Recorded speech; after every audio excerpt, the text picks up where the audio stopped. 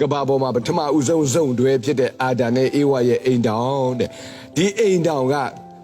ကဘာပေါ်မှာနံပါတ်1ပထမဦးဆုံးဘုရားသခင်စုံဖက်တာဘုရားသခင်ဖန်ဆင်းပေးတာနော်ဘုရားသခင်ရွေးချယ်ပေးတာဖြစ်တယ်သူတို့ရွေးချယ်တာမဟုတ်ဘူး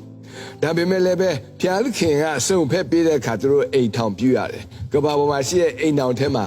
အဦးဆုံးသောအိမ်တောင်ဖြစ်တဲ့အတွက်သူတို့က experience မရှိဘူးသင်ထားတာမရှိဘူးအဲ့ခါကျတော့သူတို့လည်းပဲကိုယ့်အိမ်တောင်ကိုနော်ပြုရတဲ့အခါမှာနီလန်းနေပညာတွေမသိဘူးနော်သူတို့တဲ့လိုပဲ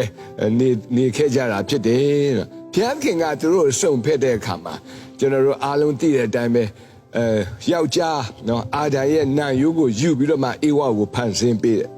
အာဒံကနိုးလာတဲ့အခါကျတော့သူ့ဘေးနားမှာအေဝါရောက်နေပြီနော်အဲ့ခါကျတော့ဒီတယောက်ပဲရှိတယ်နော်သူရွေးချယ်စရာလည်းမရှိဘူးနောက်တယောက်လည်းမရှိတဲ့အခါမှာဒါပဲသူယူလိုက်တယ်ဘုရားခင်ကလူတွေကိုအိမ်ထောင်ဖက်ပြုတ်ပေးတဲ့အခါမှာနောက်ထပ်ရွေးချယ်စရာမရှိဘူးနော်ဒီတယောက်ပဲနော်ဘုရားခင်ကပြင်ဆင်ပေးတယ်အဲ့တော့ဒီတယောက်ကိုသဘောမကျလို့အာဒံကဟာဘုရားခင်နောက်တယောက်ထပ်ဖန်ဆင်းပေးပါလို့ complain မလုပ်ဘူးနော်သူလက်ခံတယ်ထိုနည်းတူစွာပဲအေဝါလည်း complain မလုပ်ဘူးနော်ဟာဒီယောက်ျား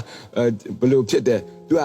ကြီးမများဘူးပေါ့ဘုရားသခင်ကိုပြန်မပြောဘူးအဲ့တော့သူတို့နှစ်ယောက်စလုံးကဘုရားသခင်အလိုတော်တိုင်းသူတို့ပျော်ရွှင်ရွှင်နဲ့အေဒင်ဥယျာဉ်မှာဘုရားသခင်ကနော်သူတို့ကိုထားတယ်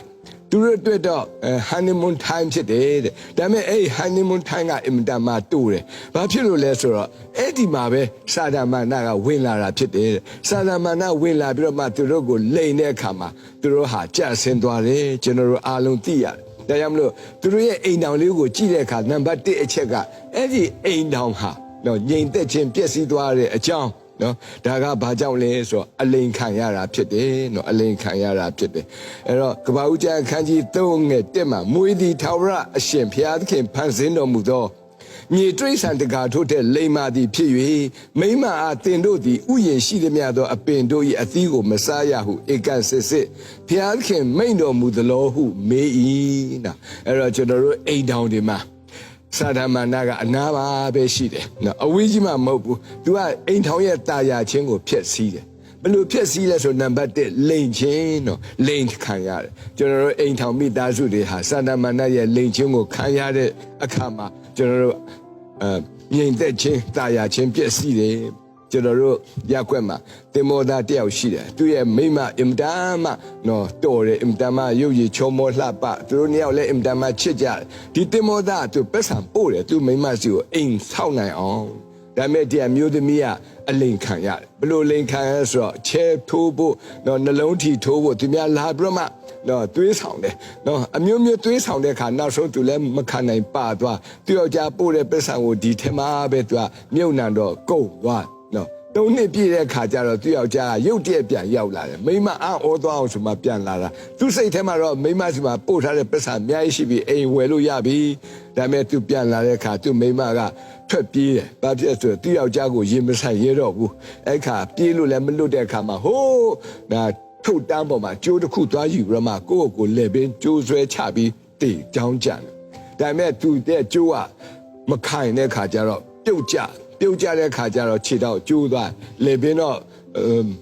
ဘာမှမဖြစ်ဘူးပေါ့နော်မသေးဘူးပေါ့ဒါပေမဲ့ဆေးရုံရောက်သွားသူယောက်ျားအံ့ဩတယ်ငါမိမဘာဖြစ်လို့ဆေးရုံမှာခြေတော့ကျိုးလဲသွားကြည့်တဲ့ခါကျတော့သူအကြောင်းဆုံးတိတဲ့ခါသူအယမ်းစိတ်ဆိုးတယ်နော်ကျွန်တော်နဲ့သူနဲ့ဘယ်မှာသွားတွေ့လဲဆိုဟိုးတန်တောင်ကြီးမှာတန်တောင်ကြီးဆိုတဲ့